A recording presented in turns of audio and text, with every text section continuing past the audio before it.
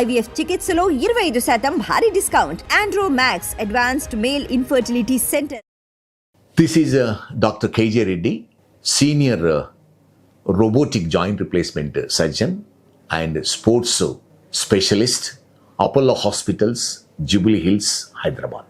వర్షాకాలంలో feet fungal infection చాలా కామన్గా ఉంటుంది. స్పెషల్లీ ఎల్డర్లీ పీపుల్లో, డయాబెటిక్ ఉన్న వాళ్ళలో, ఎవరికైతే రక్త ప్రసరణ కాంప్రమైజ్ అయిందో లెగ్స్లో, ఫీట్లో, ఒక్కొక్కసారి వెరికోజ్ వెయిన్స్ ఉండి వెరికోజ్ అల్సర్స్ ఉంటాయి ఫీట్లో, వాళ్ళు కూడా ఈ ఫంగల్ ఇన్ఫెక్షన్ అనేది చాలా కామన్.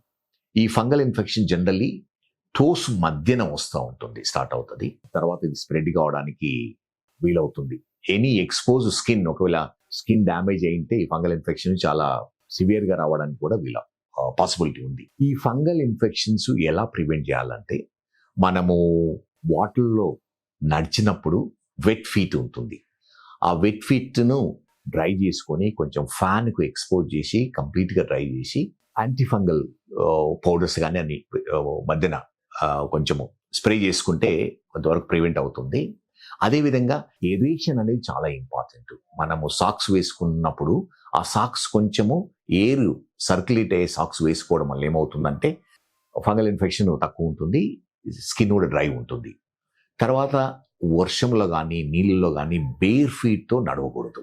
ఓసారి ఏమవుతుంది, బేర్ ఫీట్తో నడవడం వల్ల చిన్న చిన్న ఇంజురీస్ అవి అక్కడ ఫంగల్ ఇన్ఫెక్షన్ రావడానికి ఉంటుంది. ఎప్పుడైనా తడిచిన ఫీట్ ఉంటే వాటిని శుభ్రంగా మైల్డ్ సోప్తో శుభ్రంగా, స్పెషల్లీ టోస్ మధ్యన క్లీన్ చేసేసుకొని డ్రై చేసి వామ్ క్లోతింగ్ వేసుకోవడం వల్ల ఏమవుతుందంటే చాలా వరకు ఇది ఫంగల్ ఇన్ఫెక్షన్ ప్రివెంట్ చేయడానికి వీలవుతుంది. And fungal infection of nails కూడా చాలా కామన్.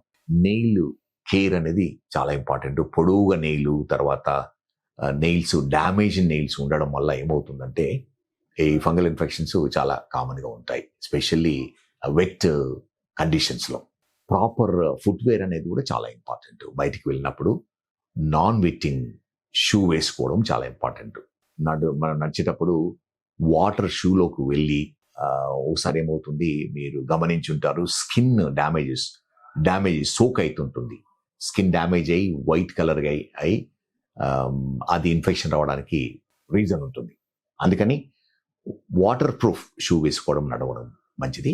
అదేవిధంగా ఒకవేళ వెట్టైన అప్పుడు ఇమీడియట్ తీసేసి క్లీన్ వాటర్తో, కొంచెం సాల్ట్ వాటర్తో బాగా శుభ్రంగా కడుక్కొని, రన్నింగ్ వాటర్లో కడుక్కొని డ్రై చేయడం. Best way of drying fan కింద పెట్టడం కానీ టవల్తో జస్ట్ మాప్ చేయడం వల్ల డ్రై అవుతుంది. ఎస్పెషల్లీ నెయిల్స్ అరౌండ్ టోస్ మధ్యన డ్రై చేసేసుకోవడం వల్ల ఏమవుతుందంటే ఇది చాలా వరకు ప్రివెంట్ చేయడానికి వీలవుతుంది.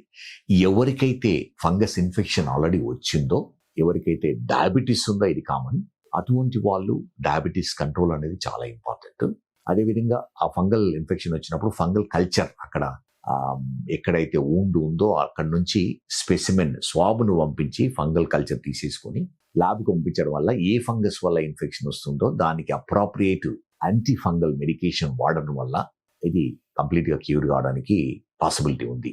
అదేవిధంగా ఫీట్ కూడా బ్లడ్ సప్లై అనేది చాలా ఇంపార్టెంట్. ఎప్పుడైతే బ్లడ్ సప్లై తగ్గిందో బికాజ్ ఆఫ్ డయాబెటీస్ వల్ల కానీ, పెరిఫెరల్ వాస్కులర్ డిసీజ్ రీజన్ వల్ల కానీ, ఆర్ సమ్టైమ్స్ వెరికోజ్ వెయిన్స్ వల్ల కూడా స్లగ్గిష్ సర్క్యులేషన్ ఉండడం వల్ల ఏమవుతుందంటే రిస్క్ ఆఫ్ ఫంగల్ ఇన్ఫెక్షన్ ఎక్కువ ఉంటుంది. సో అందుకని జెంటిల్ ఎక్సర్సైజెస్, ఫీట్ ఎక్సర్సైజెస్ చాలా ఇంపార్టెంట్. క్లీన్ వామ్ వాటర్లో కొంచెం సాల్ట్ వేసి ఫీట్ ఎక్సర్సైజ్ చేస్తూ ఉండాలి. మనము ప్లే మార్బుల్స్ అంటాము, అవి ఆడే గోలికాయలు వాటర్లో వేసి ఫీట్ టోస్తో మనము హోల్డ్ చేసి వదిలిపెట్టేస్తుందంటే అది వెరీ గుడ్ ఎక్సర్సైజ్. ఫీట్ హెల్దీగా ఉంటుంది, ఎనీ ఫీట్ పెయిన్ కూడా తక్కువ అవుతుంది, ప్రివెంట్ అవుతుంది. అది చాలా ఇంపార్టెంట్ ఎక్సర్సైజ్. అదేవిధంగా వెరికోజ్ వెయిన్స్కు ట్రీట్మెంట్ కానీ, పెరిఫెరల్ వాస్కులర్ డిసీజ్ ట్రీట్మెంట్ తీసుకోవాలి, డయాబెటీస్ కంట్రోల్లో పెట్టాలి. తర్వాత ఎలివేట్ చేయడం, ఫీట్ ఎలివేట్ చేసి కూర్చున్నప్పుడు, లాంగ్ కూర్చున్నప్పుడు, పడుకున్నప్పుడు కొంచెం మన ఫీట్ ఎలివేట్ చేయడం వల్ల ఏమవుతుందంటే రక్త ప్రసరణ కూడా బాగుతుంది. మరి హై ఎలివేషన్ కూడా చేయకూడదు.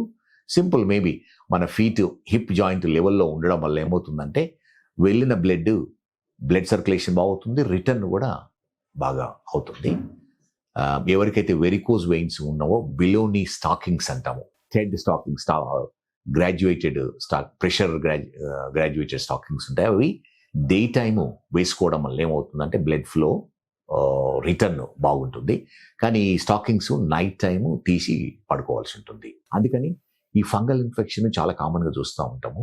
ఒక్కొక్కప్పుడు ఈ డయాబెటిక్ ఉన్న వాళ్ళకు చిన్న అల్సర్ ఉంటే ఈ ఫంగల్ ఇన్ఫెక్షన్ వచ్చి క్రానిక్ ఫంగల్ ఇన్ఫెక్షన్ వల్ల డిఫికల్ట్ టు క్యూర్.